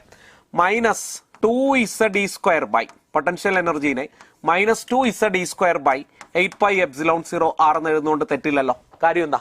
2നെയും 8നെയും ക്യാൻസൽ ചെയ്താൽ ഇവിടെ 4 വരും. എഴുതാമല്ലോ. ഇനി പറ ഇതാരാ മക്കളെ? കൈനറ്റിക് എനർജിയാണ്. ഇതാരാ മക്കളെ? കൈനറ്റിക് എനർജിയാണ് അല്ലേ? ഇതാരാ മക്കളെ? ആ കൈനറ്റിക് എനർജിയാണ്. അപ്പോൾ പൊട്ടൻഷ്യൽ എനർജി എന്ന് പറഞ്ഞാൽ -2 ടൈംസ് കൈനറ്റിക് എനർജിയാണ്. ഈ റിലേഷൻ ഒരിക്കലും മറക്കരുത് കേട്ടോ. പൊട്ടൻഷ്യൽ എനർജി എന്ന് പറഞ്ഞാൽ -2 ടൈംസ് കൈനറ്റിക് എനർജിയാണ്. പൊട്ടൻഷ്യൽ എനർജി എന്ന് പറഞ്ഞാൽ -2 ടൈംസ് കൈനറ്റിക് എനർജിയാണ്. അങ്ങനെയാണെങ്കിൽ ടോട്ടൽ എനർജി എന്തെഴുതാം മക്കളെ? ടോട്ടൽ എനർജി എന്ന് പറഞ്ഞാൽ കൈനറ്റിക് എനർജി പ്ലസ് പൊട്ടൻഷ്യൽ എനർജിയാണ്. ടോട്ടൽ എനർജി എന്ന് പറഞ്ഞാൽ കൈനറ്റിക് എനർജി പ്ലസ് പൊട്ടൻഷ്യൽ എനർജിയാണ്. അപ്പൊ kinetic energy plus -2 times kinetic എനർജിയാണ് അല്ലേ? അപ്പൊ ടോട്ടൽ എനർജി എന്ന് പറഞ്ഞാൽ എന്തെന്ന് കിട്ടും മക്കളെ? മൈനസ് ഓഫ് കൈനറ്റിക് എനർജി എന്ന് കിട്ടും. അപ്പൊ ഈ കാര്യങ്ങളെല്ലാം എപ്പോഴും നോക്കി വെച്ചേക്കണം. അപ്പൊ ടോട്ടൽ എനർജി എന്ന് പറഞ്ഞാൽ മൈനസ് ഓഫ് കൈനറ്റിക് എനർജിയാണ്. അപ്പൊ ഈ റിലേഷനൊക്കെയാണ് നമുക്ക് മെയിൻ ആയിട്ട് നോക്കേണ്ടതെന്ന് പറയുന്നത്. പിന്നെ നമ്മൾ അവിടെ നോക്കേണ്ട കാര്യം എന്ന് പറയുന്നത് എന്തൊക്കെയാ മക്കളെ? ഹൈഡ്രജൻ എനർജിയുടെ ഫോർമുല നമുക്ക് എനർജി ഇവിടെ നിന്ന് കിട്ടും അല്ലേ? അപ്പോൾ എനർജി ഇവിടെ നിന്ന് കിട്ടും. അപ്പോൾ എനർജി പിന്നെ നമ്മൾ എന്ത് ചെയ്യണം? എനർജിയുടെ ഫോർമുല കിട്ടും. Energy of electron in nth orbit അല്ലേ? അപ്പോൾ energy of electron in nth ഓർബിറ്റിന്റെ ഫോർമുല എന്താ മക്കളെ? Energy of electron in nth ഓർബിറ്റിന്റെ ഫോർമുല എന്ന് പറയുന്നത് -13.6 ഇൻറ്റു Z സ്ക്വയർ ബൈ എന്നു കിട്ടും മക്കളെ? n സ്ക്വയർ ഇലക്ട്രോൺ വോൾട്ട് എന്ന് പറയുന്നത് കിട്ടും. എന്നിട്ട് ഹൈഡ്രജന്റെ ഫസ്റ്റ് ഓർബിറ്റിലെ എനർജി കണ്ടുപിടിക്കും, സെക്കൻഡ് ഓർബിറ്റിലെ എനർജി കണ്ടുപിടിക്കും, തേർഡ് ഓർബിറ്റിലെ എനർജി കണ്ടുപിടിക്കും. അപ്പോൾ എന്ത് വേണമെങ്കിലും കാൽക്കുലേറ്റ് ചെയ്യാൻ പറ്റും അല്ലേ? ഹീലിയത്തിന്റെ He+ന്റെ കണ്ടുപിടിക്കാൻ പറ്റും, ലിഥിയൻ ഡബ്ല്യു അയണൈസ്ഡ് ലിഥിയത്തിന്റെ കണ്ടുപിടിക്കാൻ പറ്റും അല്ലേ? നമുക്ക് ഇങ്ങനെയുള്ള കാര്യങ്ങൾ കണ്ടുപിടിക്കാം. അപ്പോൾ energy of electron in nth orbit കണ്ടുപിടിക്കാം അല്ലേ? പിന്നെ വേവ് ലെങ്ത് ഓഫ് ഫോട്ടോൺ എമിറ്റഡും അവിടെ വളരെ ഇമ്പോർട്ടന്റ് ആയിട്ടുള്ള ഒരു ഇക്വേഷൻ ആണ്. വേവ് ലെങ്ത് ഓഫ് ഫോട്ടോൺ എമിറ്റഡും അവിടെ വളരെ ഇമ്പോർട്ടന്റ് ആയിട്ടുള്ള ഇക്വേഷൻ ആണ് അല്ലേ? Wave length of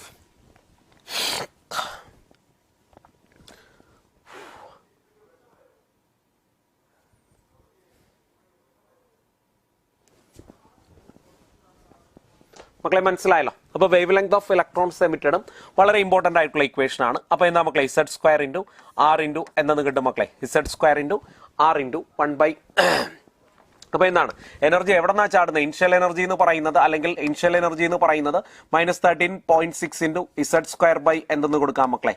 NF square എന്ന് പറയുന്നത് കൊടുക്കാം അല്ലേ? -13.6 ഇൻറ്റു Z സ്ക്വയർ ബൈ എന്തെന്ന് കൊടുക്കാം മക്കളെ? NI സ്ക്വയർ എന്ന് പറയുന്നത് കൊടുക്കാം അല്ലേ? അങ്ങനെയാണെങ്കിൽ ഫോർമുല കിട്ടും 1/.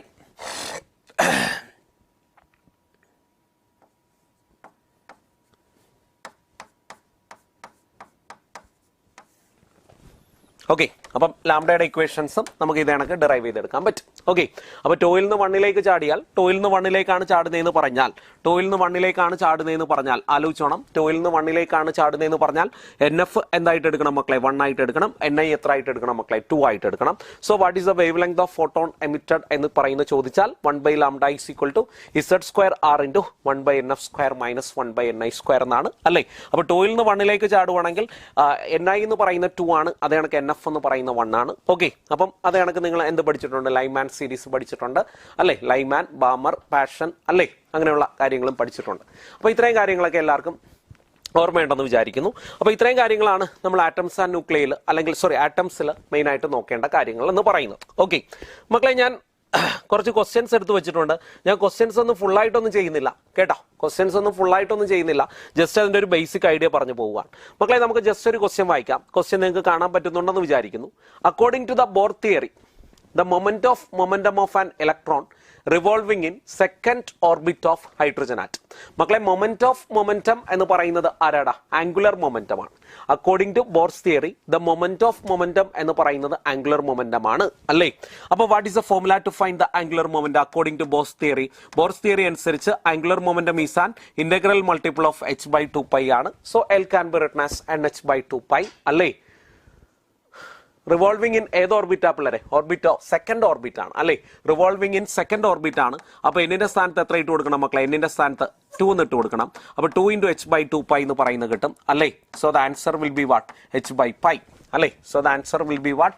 h/π. ഞാൻ ജസ്റ്റ് ഒരു കാര്യങ്ങൾ ഓർത്തിരിക്കാൻ വേണ്ടി ഒന്ന് ജസ്റ്റ് കുറച്ച് സിമ്പിൾ ക്വസ്റ്റ്യൻസ് ചെയ്യുന്നു.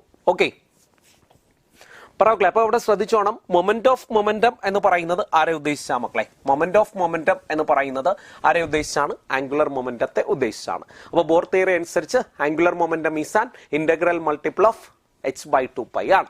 ബോർ തിയറി അനുസരിച്ച് angular momentum is an integral multiple of h/2π ആണ്. അപ്പോൾ L can be written as nh/2π.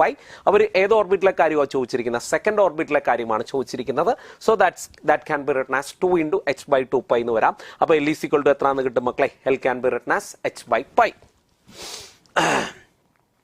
Which of the following statement is true of hydrogen atom? പറഞ്ഞേ മക്കളെ. Angular momentum proportional to 1/n ശരിയാണോ? Angular momentum is equal to nh/2π അല്ലേ? Angular momentum എന്ന് പറയുന്നത് nh/2π ആണ്. So angular momentum proportional to എന്താ മക്കളെ? n ആണ് അല്ലേ? Angular momentum is equal to nh/2π ആണ്, which means that L proportional to n ആണ്. അല്ലെങ്കിൽ നമുക്ക് ചിന്തിക്കാം, L എന്ന് പറഞ്ഞാൽ എന്താ മക്കളെ? L is equal to mvr ആണ് അല്ലേ? L ഈസ് ഈക്വൽ ടു എന്താ മക്കളെ? mvr ആണ്. അപ്പോൾ L പ്രൊപ്പോർഷണൽ ടു പറ, v ആർക്ക് പ്രൊപ്പോർഷണലാ? V ആർക്ക് പ്രൊപ്പോർഷണലാ? V is proportional to Z/n അല്ലേ?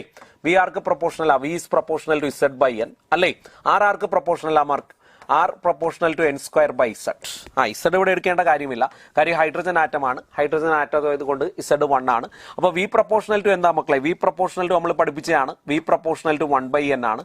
R പ്രൊപ്പോർഷണൽ ടു n² ആണ്. അങ്ങനെ നോക്കിയാലും L പ്രൊപ്പോർഷണൽ ടു എന്തെന്ന് പറയേണ്ടി വരും മക്കളെ? n എന്ന് പറയേണ്ടി വരും. അപ്പോൾ അവർ പറഞ്ഞ സ്റ്റേറ്റ്മെന്റ് തെറ്റാണ്. Angular momentum proportional to 1/n എന്ന് പറയുന്നത് തെറ്റാണ്. അടുത്ത എന്താ മക്കളെ ചോദിച്ചിരിക്കുന്നത്? Linear momentum proportional to 1/n.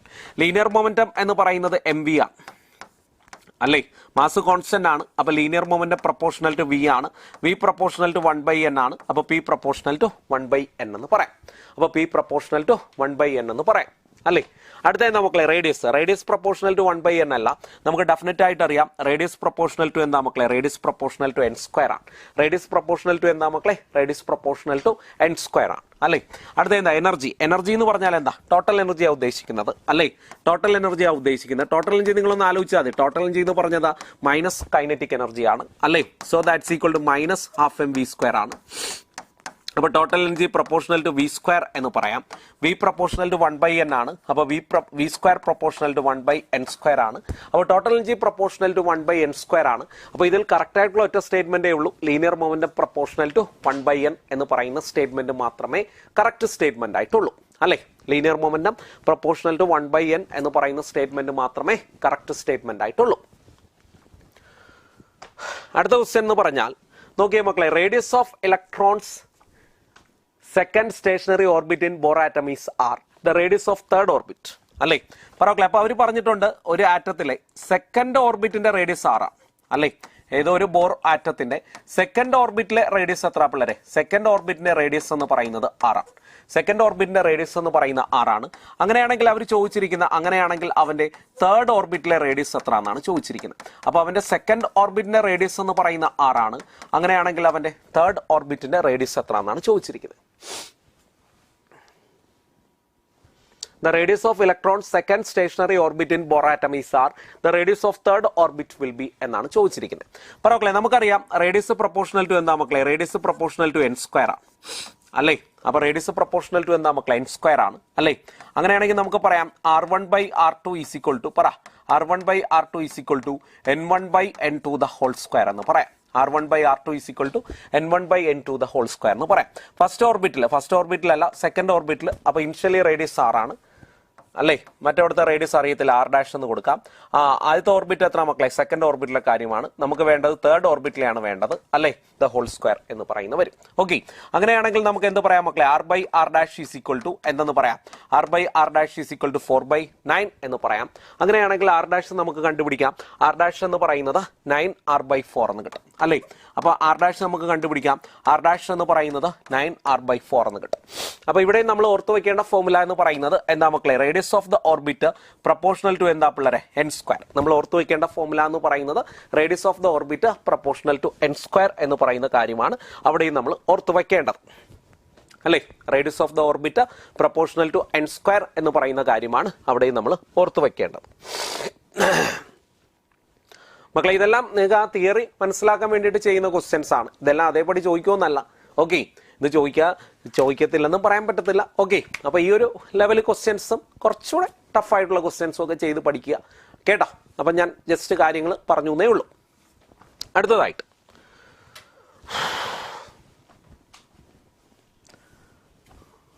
അടുത്ത എന്താ മക്കളെ? Velocity of electron in the second orbit of sodium atom, atomic number 11 ആണ് is v. Velocity of electron in the fifth orbit will be.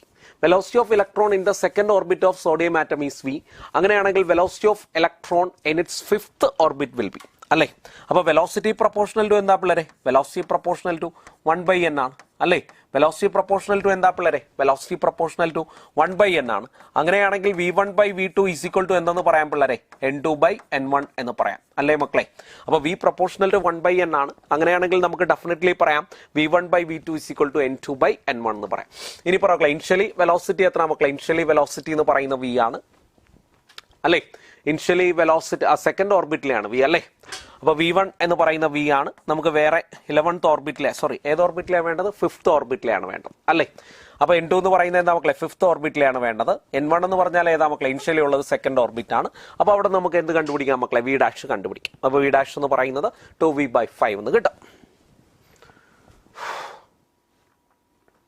മക്കളെ, അടുത്ത ക്വസ്റ്റ്യൻ എന്ന് പറഞ്ഞാൽ an electron jumps from 5th orbit to 4th orbit അല്ലേ? an electron jumps from 5th orbit to 4th orbit അല്ലേ? taking the Rydberg constant as 10⁷ per meter. what will be the frequency of the radiation emitted അല്ലേ? അപ്പൊ radiation electron എവിടെ നിന്ന് ഇങ്ങോട്ട് ചാടി മക്കളെ? Electron 5ൽ നിന്ന് 4ലേക്കാണ് ചാടിയത് അല്ലേ? ഇലക്ട്രോൺ 5ൽ നിന്ന് 4ലേക്കാണ് ചാടിയത്. അപ്പൊ ഇലക്ട്രോണിനെ കൺസിഡർ ചെയ്യുവാണെങ്കിൽ ഇലക്ട്രോൺ 5ൽ നിന്ന് 4ലേക്കാണ് ചാടിയത്. What will be the frequency of radiation emitted എന്നാണ് ചോദിച്ചിരിക്കുന്നത്. അപ്പൊ ലാംഡ അല്ല ചോദിച്ചിരിക്കുന്നത്, ന്യൂ ആണ് ചോദിച്ചിരിക്കുന്നത്. നമ്മുടെ കയ്യിൽ ലാംഡയുടെ ഫോർമുലയുണ്ട് അല്ലേ? റിഡ്ബർഗ് കോൺസ്റ്റന്റ് ടേംസിൽ നമ്മുടെ കയ്യിൽ ലാംഡയുടെ ഫോർമുലയുണ്ട്. എന്താ മക്കളെ ഫോർമുല എന്ന് പറയുന്നത്? 1/λ ഈസ് ഈക്വൽ ടു എന്താ മക്കളെ? z² r ഇൻറ്റു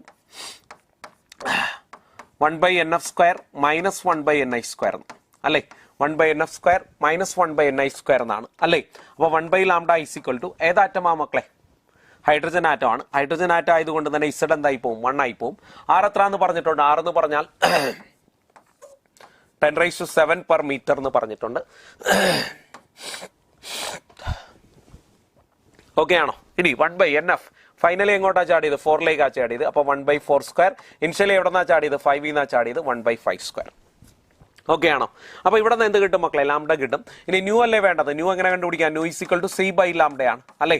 അപ്പൊ ന്യൂ ഈസ് ഈക്വൽ ടു എന്നാ മക്കളെ? c/λ ആണ്. ന്യൂ ആണ് കണ്ടുപിടിക്കേണ്ടത്. അപ്പൊ new is equal to c/λ ആണ്, അല്ലെങ്കിൽ nu is equal to c into 1/λ ആണ് അല്ലേ? അപ്പൊ new is equal to c/λ ആണ്, nu is equal to c into 1/λ ആണ്. 1/λ ആണ് നമുക്ക് ഇവിടെ നിന്ന് കിട്ടുന്നത് അല്ലേ? 1/λ ആണ് നമുക്ക് ഇവിടെ നിന്ന് കിട്ടുന്നത്. അത് എത്രയാണെന്ന് കിട്ടും മക്കളെ? c നമുക്ക് എല്ലാവർക്കും അറിയാം. c എന്ന് പറയുന്നത്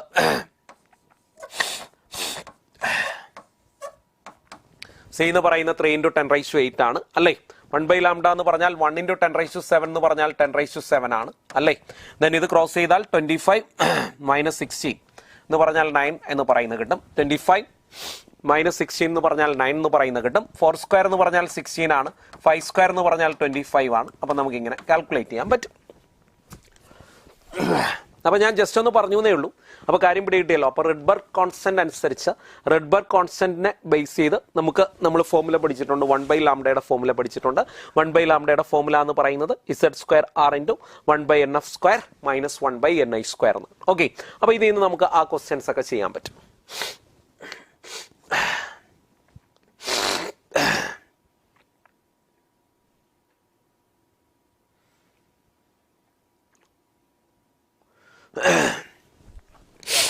ഓക്കെ ആണല്ലോ. ഓക്കെ, അടുത്ത ക്വസ്റ്റ്യൻ എന്ന് പറഞ്ഞാൽ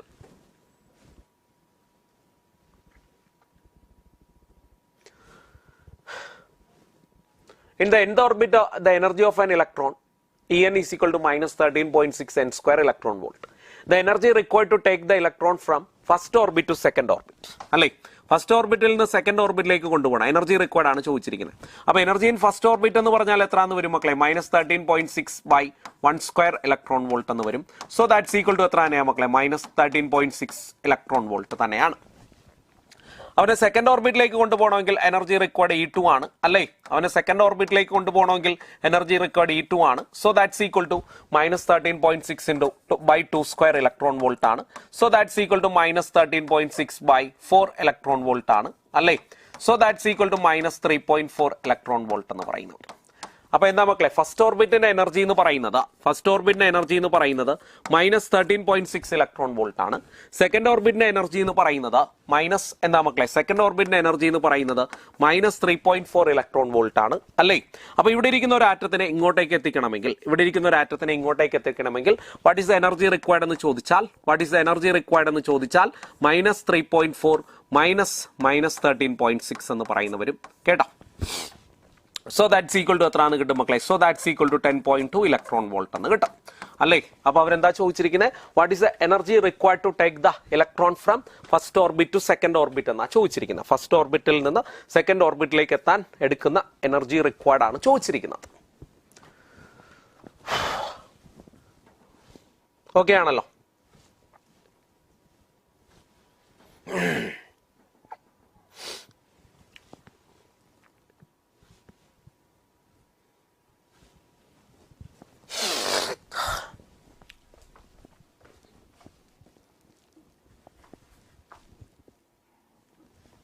അപ്പൊ ഇത്ര എല്ലാവർക്കും മനസ്സിലായെന്ന് വിചാരിക്കും. മക്കളെ, നമ്മുടെ അടുത്ത ക്വസ്റ്റ്യൻ എന്ന് പറഞ്ഞാൽ the ratio of longest wave length and shortest wave length observed in the 5 spectral series of emission spectrum of hydrogen എന്നാണ് ചോദിച്ചിരിക്കുന്നത് അല്ലേ. അപ്പൊ എന്താ മക്കളെ? Ratio of longest wave length and shortest wave length observed in the 5 spectral series അല്ലേ. പറയേ, spectral series എന്ന് പറഞ്ഞാൽ ആരാ? Lyman, Balmer, passion, bracket, fund അല്ലേ. അപ്പൊ സ്പെക്ട്രൽ സീരീസ് എന്ന് പറഞ്ഞാൽ Lyman, Balmer, passion, bracket, fund series. ഇതൊക്കെയാണ് ആരെന്ന് പറയുന്ന മക്കളെ?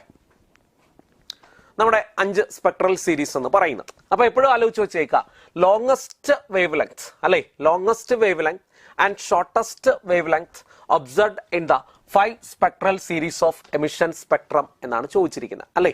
അപ്പൊ ലോങ്സ്റ്റ് വേവ് ലെങ്തും ഷോർട്ടസ്റ്റ് വേവ് ലെങ്തുമാണ് ചോദിച്ചിരിക്കുന്നത്. മക്കളെ എപ്പോഴും ആലോചിച്ച് വെച്ചേക്കുക, ലോങ്സ്റ്റ് വേവ് ലെങ്ത് ആകണമെങ്കിൽ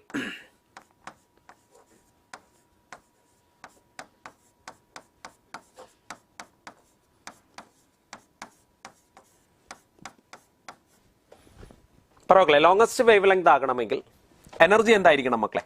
ലോങ്സ്റ്റ് വേവ് ലെങ്ത് ആകണമെങ്കിൽ വേവ് ലെങ്ത് മാക്സിമം ആകുമ്പോൾ എനർജിയുടെ ഫോർമുല എന്താ? എനർജി ഓഫ് എ ഫോട്ടോൺ എന്ന് പറഞ്ഞാൽ hc/λ. Energy of A photon എന്ന് പറഞ്ഞാൽ hc/λ അല്ലേ. അപ്പൊ എന്താണ്? ലാംഡ മാക്സിമം ആകുമ്പോൾ എനർജി എന്തായിരിക്കണം മക്കളെ? എനർജി എന്ന് പറയുന്ന മിനിമം ആയിരിക്കും അല്ലേ. അപ്പൊ ലാംഡ മാക്സിമം ആകണമെങ്കിൽ എനർജി എന്ന് പറയുന്ന എന്തായിരിക്കണം മക്കളെ? മിനിമം ആയിരിക്കണം അല്ലേ. അപ്പൊ ലാംഡ മാക്സിമം ആണെങ്കിൽ എനർജി എന്ന് പറയുന്ന എന്തായിരിക്കണം മക്കളെ? മിനിമം ആയിരിക്കണം. അപ്പൊ എവിടെ നിന്നാ മക്കളെ മിനിമം എനർജി കിട്ടുന്നത്? നമ്മള് ലൈമാൻ സീരീസ് എടുത്താൽ എവിടെ നിന്ന് എങ്ങോട്ടാ ചാടുന്നത്? 2ൽ നിന്ന് 1ലേക്ക് ചാടാം അല്ലേ. 3ൽ നിന്ന് 1ലേക്ക് ചാടാം. അപ്പോൾ n = 1 ഇതാരാ മക്കളെ, n = 2 ഇതാരാ മക്കളെ, n = 3 അല്ലേ, ഇതാരാ മക്കളെ, n = 4 അല്ലേ, ഇതാരാ മക്കളെ, n = 5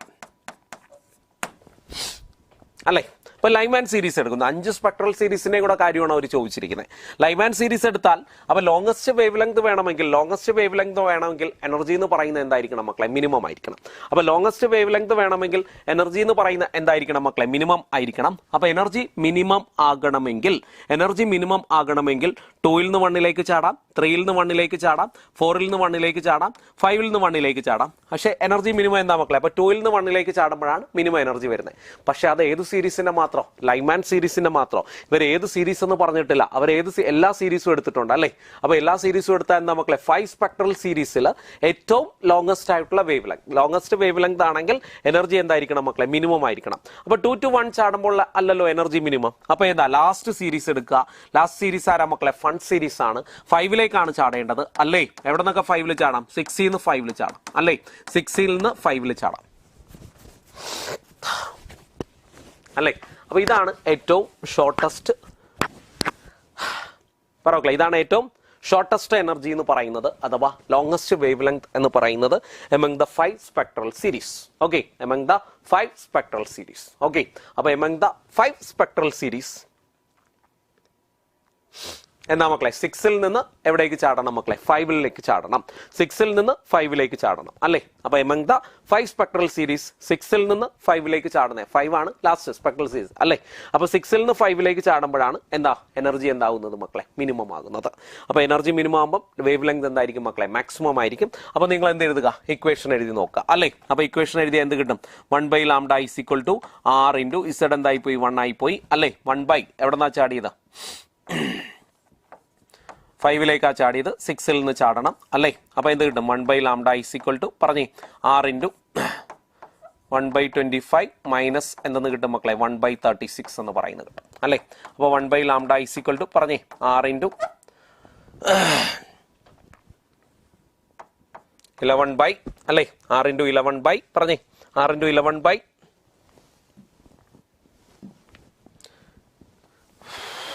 36 × 25 എന്ന് പറയും അല്ലേ. 36 × 25 എന്ന് പറഞ്ഞാൽ 900 ആണ് അല്ലേ. 36 × 25 എന്ന് പറഞ്ഞാൽ 900 ആണ്. അപ്പോൾ ആ ലാംഡ നിങ്ങൾക്ക് കിട്ടും അല്ലേ. ഇനി എന്താ മക്കളെ, ലോങ്ങസ്റ്റ് വേവ് ലെങ്ത് ആയി. ഇനി എന്താ വേണ്ടത്, ഷോർട്ടസ്റ്റ് വേവ് ലെങ്ത് ആണ് വേണ്ടത് അല്ലേ. അപ്പോൾ ഷോർട്ടസ്റ്റ് വേവ് ലെങ്ത് ആണെങ്കിൽ പറഞ്ഞേ, ഷോർട്ടസ്റ്റ് വേവ് ലെങ്ത് ആണ് വേണ്ടത്. അപ്പോൾ ഷോർട്ടസ്റ്റ് വേവ് ലെങ്ത് വരണമെങ്കിൽ എനർജി എന്തായിരിക്കണം മക്കളെ, മാക്സിമം ആയിരിക്കണം. അപ്പോൾ ഷോർട്ടസ്റ്റ് വേവ് ലെങ്ത് വരണമെങ്കിൽ എനർജി എന്തായിരിക്കണം മക്കളെ, ഷോർട്ടസ്റ്റ് വേവ് ലെങ്ത് വരണമെങ്കിൽ എനർജി എന്തായിരിക്കണം മക്കളെ, ഷോർട്ടസ്റ്റ് വേവ് ലെങ്ത് വരണമെങ്കിൽ എനർജി എന്ന് പറയുന്നത് മാക്സിമം ആണ്. എനർജി മാക്സിമം ആണെങ്കിൽ എന്താ മക്കളെ, മാക്സിമം എനർജി എപ്പോൾ എവിടെ നിന്ന് ചാടുന്നതാ, ഇൻഫിനിറ്റിയിൽ നിന്ന് 1 ചാടുമ്പോഴാണ് മാക്സിമം എനർജി കിട്ടുന്നത് അല്ലേ. അപ്പോൾ മാക്സിമം എനർജി കിട്ടുന്നതെന്ന് പറഞ്ഞാൽ ഇൻഫിനിറ്റിയിൽ നിന്ന് 1 ചാടുമ്പോഴാണ് മാക്സിമം എനർജി കിട്ടുന്നത് അല്ലേ. അപ്പോൾ അവിടെയും ലാംഡയുടെ ഇക്വേഷൻ നിങ്ങൾ എഴുതുക, 1/λ = r × 1ലേക്കാ ചാടുന്നത്. അപ്പോൾ 1/1² - 1/∞² അല്ലേ. അപ്പോൾ അത് എത്ര തന്നെ കിട്ടും മക്കളെ, ലാംഡ തന്നെ കിട്ടും. അപ്പോൾ ഇതിനെ λ1 എന്ന് കൊടുക്കുക, ഇതിനെ λ2 എന്ന് കൊടുക്കുക. അപ്പോൾ രണ്ടിനെയും കൂടെ എന്തെടുക്കുക മക്കളെ, റേഷ്യോ എടുക്കുക. അപ്പോൾ രണ്ടിനെയും കൂടെ റേഷ്യോ എടുക്കുക. ഓക്കെ, അപ്പോൾ നിങ്ങൾക്ക് ആൻസറിലോട്ട് എത്താൻ പറ്റും. അതാ പറഞ്ഞത്. അപ്പോൾ ലോങ്ങസ്റ്റ് വേവ് ലെങ്ത് ആണെങ്കിൽ എനർജി എപ്പോഴും എന്തായിരിക്കണം മക്കളെ, മിനിമം ആയിരിക്കണം.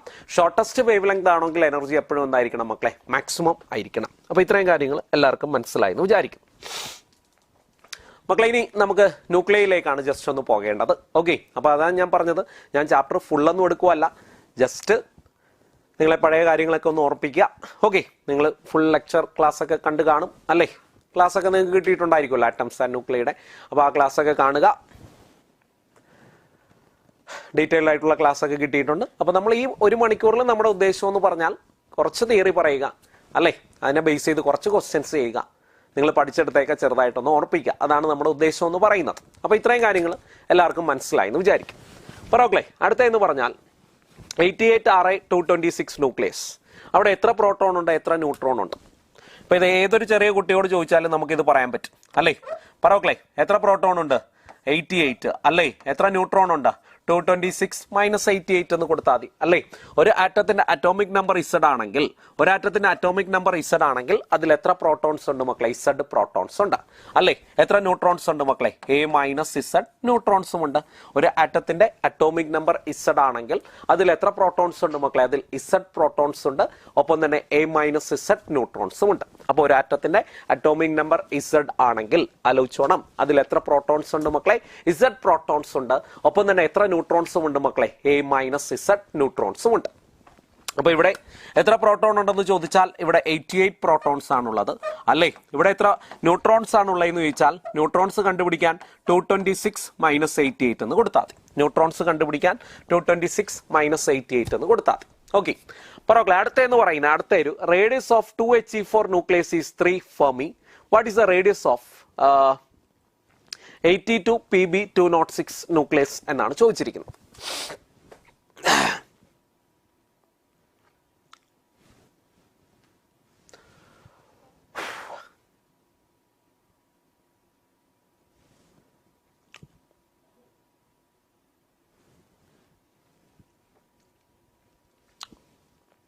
മക്കളെ ക്ലിയർ ആണേ? പറോക്കളെ അപ്പൊ റേഡിയസിന്റെ ഫോർമുല എന്താ? നമ്മളൊരു കൺസെപ്റ്റ് പഠിച്ചിട്ടുണ്ട്. ന്യൂക്ലിയസിന്റെ ഓൾമോസ്റ്റ് എല്ലാ ന്യൂക്ലിയസിന്റെയും ന്യൂക്ലിയർ ഡെൻസിറ്റി എന്തായിരിക്കും മക്കളെ? കോൺസ്റ്റന്റ് ആയിരിക്കും. ആ ഒരു തിയറി പറയാനായിട്ടാണ് ഞാൻ ഈ ക്വസ്റ്റ്യൻ ഇവിടെ ഇട്ടതെന്ന് പറയുന്നത്. കേട്ടോ, നമ്മളെപ്പോഴും ആലോചിച്ച് വെക്കേണ്ട ഒരു കാര്യമാണ്. എന്താ മക്കളെ? Nuclear density is almost constant. നമ്മൾ ഏതൊരു ന്യൂക്ലിയസ് എടുത്താലും അതിന്റെ മാസ് നമ്പറിന് ഇൻഡിപെൻഡന്റ് ആയിട്ട് ന്യൂക്ലിയർ ഡെൻസിറ്റി എപ്പോഴും എന്തായിരിക്കും മക്കളെ? കോൺസ്റ്റന്റ് ആയിരിക്കും. പക്ഷേ റേഡിയസ് ഓഫ് ദ ന്യൂക്ലിയസ് എന്ന് പറഞ്ഞാൽ റേഡിയസ് ഓഫ് ദ ന്യൂക്ലിയസിന് നിങ്ങൾ ഒരു ഫോർമുല പഠിക്കുന്നുണ്ട്. റേഡിയസ് ഓഫ് ദ ന്യൂക്ലിയസ് കണ്ടുപിടിക്കാൻ നിങ്ങൾ പഠിക്കുന്ന ഫോർമുല എന്ന് പറയുന്നത് R0 × A⁻⁴ എന്ന് പറയുന്ന ഒരു ഫോർമുല പഠിക്കുന്നുണ്ട് അല്ലേ? അപ്പൊ റേഡിയസ് ഓഫ് ദ ന്യൂക്ലിയസ് കണ്ടുപിടിക്കാൻ നിങ്ങൾ ഒരു ഫോർമുല പഠിക്കുന്നുണ്ട്. അപ്പൊ ഈ ഫോർമുല ആലോചിച്ച് വെച്ചേക്കാം. ഈ ഫോർമുലേനെ ബേസ് ചെയ്ത് ക്വസ്റ്റ്യൻസ് വരാം. റേഡിയസ് ഓഫ് ദ ന്യൂക്ലിയയുടെ ഫോർമുല എന്ന് പറഞ്ഞാൽ R0 × A⁻⁴ ആണ്. അപ്പൊ ക്വസ്റ്റ്യൻ എന്താ മക്കളെ പറഞ്ഞിരിക്കുന്നത്? Radius of helium nucleus is 3 fermi. അപ്പോൾ R = 3 ആണ്. R0 ഈസ് എ കോൺസ്റ്റന്റ് ആണ്. അതിന്റെ വാല്യൂ 1.2 ഫെർമി എന്നൊക്കെ പറയാറുണ്ട്. അല്ലെങ്കിൽ നമുക്ക് R0 കോൺസ്റ്റന്റ് ആണ്. രണ്ട് ഡേറ്റ തന്നിട്ടുണ്ടല്ലോ. അപ്പോൾ R0യുടെ വാല്യൂ തരേണ്ട കാര്യമില്ല. A എന്ന് പറഞ്ഞാൽ അവന്റെ മാസ് നമ്പർ ആണ്. അപ്പൊ ഹീലിയത്തിന്റെ മാസ് നമ്പർ എന്ന് പറഞ്ഞാൽ 4 ആണ്. സോ ദാറ്റ്സ് 4⁻⁴ അല്ലേ? അടുത്ത എന്താ മക്കളെ? അടുത്ത ആളുടെ റേഡിയസ് ആണ് വേണ്ടത്. അവന്റെ റേഡിയസ് എനിക്ക് അറിയത്തില്ല. അവന്റെ റേഡിയസ് ഞാൻ R' എന്ന് അസ്യൂം ചെയ്യുന്നു അല്ലേ? ഇനി പറോക്കളെ R0 ഈസ് എ കോൺസ്റ്റന്റ്. അപ്പൊ ഇവിടെ R0 തന്നെയാണ്. എന്ന് പറഞ്ഞാൽ അവന്റെ മാസ് നമ്പർ ആണ്. അപ്പം PBയുടെ മാസ് നമ്പർ എന്ന് പറയുന്ന 206 ആണ്. അപ്പൊ 206 എന്തെന്ന് കിട്ടും മക്കളെ? 1/3 എന്ന് പറയുന്നത് കിട്ടും. അപ്പൊ ഇത് രണ്ടും കൂടെ എന്ത് ചെയ്താൽ മതി മക്കളെ? ഡിവൈഡ് ചെയ്താൽ മതി അല്ലേ? അപ്പൊ ഇത് രണ്ടും കൂടെ ഡിവൈഡ് ചെയ്താൽ മതി. അപ്പൊ 3/R' എന്തെന്ന് കിട്ടും മക്കളെ?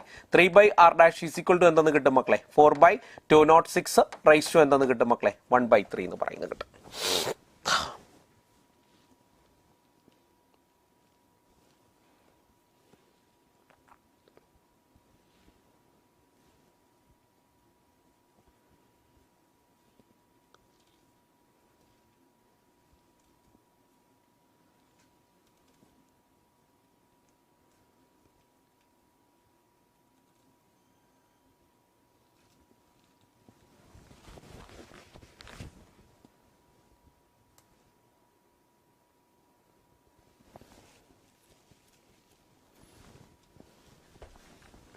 ഓക്കെ ആണല്ലോ? അപ്പൊ ഈ രീതിക്കാണ് ഈ ക്വസ്റ്റ്യൻസ് ചെയ്യുന്നത്. അപ്പൊ ഇത് കാൽക്കുലേഷൻ ലേശം ബുദ്ധിമുട്ടാണ്. ഓക്കെ, അപ്പൊ കാൽക്കുലേറ്റ് ചെയ്ത് നോക്കുക.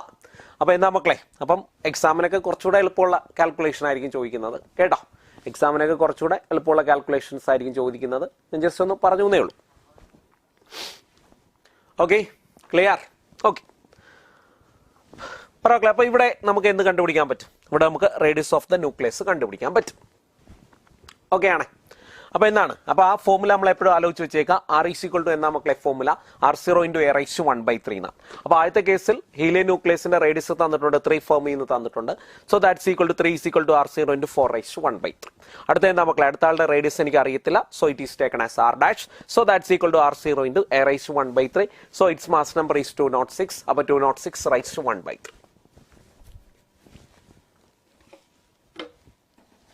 ഓക്കെ മക്കളെ, അടുത്ത ക്വസ്റ്റ്യൻ എന്ന് പറഞ്ഞാൽ A nucleus ruptures into 2 nuclear parts which have their velocity ratio to 2:1. What will be the ratio of their nuclear size? Means nuclear radius എന്ന് അവർ പറഞ്ഞിട്ടുണ്ട്. പറയട്ടെ, ഇത് നല്ലൊരു ക്വസ്റ്റ്യൻ ആണ്. ഒരു ന്യൂക്ലിയസ് സ്പ്ലിറ്റ് ചെയ്ത് എന്തായിട്ട് മാറി മക്കളെ? ഒരു ന്യൂക്ലിയസ് സ്പ്ലിറ്റ് ചെയ്ത് 2 ഡോട്ടർ ന്യൂക്ലിയ ആയിട്ട് മാറി. ഒരു ന്യൂക്ലിയസ് സ്പ്ലിറ്റ് ചെയ്ത് 2 ഡോട്ടർ ന്യൂക്ലിയ ആയിട്ട് മാറി. അപ്പൊ എന്താ മക്കളെ? ഇവിടെ മൊമെന്റം കൺസർവേഷൻ ആക്ട് ചെയ്തല്ലേ പറ്റത്തുള്ളൂ. കാര്യം ഇനിഷ്യലി ഈ ന്യൂക്ലിയസ് എന്തിലാ മക്കളെ? ഇനിഷ്യലി ഈ ന്യൂക്ലിയസ് റസ്റ്റിലാണ്. അപ്പോൾ ഇവിടെ മൊമെന്റം കൺസിഡർഡ് ആയേ പറ്റത്തുള്ളൂ. അപ്പോൾ ഇവന്റെ മാസം നമുക്ക് m1 എന്ന് അസ്യൂം ചെയ്യാം. സിമിലർലി ഇവന്റെ മാസം എന്ന് പറയുന്നത് നമുക്ക് m2 എന്ന് അസ്യൂം ചെയ്യാം. ഓക്കെ, അപ്പോൾ നമുക്ക് അസ്യൂം ചെയ്യാം m1 ലെഫ്റ്റിലോട്ട് നീങ്ങുന്നു v1 വെലോസിറ്റിയിൽ, m2 റൈറ്റിലോട്ട് നീങ്ങുന്നു v2 വെലോസിറ്റി അല്ലേ. എന്തുകൊണ്ടാണ് മക്കളെ ഓപ്പോസിറ്റ് ഡയറക്ഷൻ നീങ്ങിയത്? ഓപ്പോസിറ്റ് ഡയറക്ഷനിൽ നീങ്ങിയാലേ മൊമെന്റം കൺസർവേഷൻ വരത്തുള്ളൂ അല്ലേ. കാര്യം ആ പേരന്റ് ന്യൂക്ലിയൈ എന്ന് പറയുന്നത് റസ്സിലായിരുന്നു. അപ്പോൾ അത് സ്പ്ലിറ്റ് ചെയ്ത് 2 ഡോട്ടർ ന്യൂക്ലിയൈ ആയിട്ട് മാറി അല്ലേ. അത് സ്പ്ലിറ്റ് ചെയ്ത് 2 ഡോട്ടർ ന്യൂക്ലിയൈ ആയിട്ട് മാറി.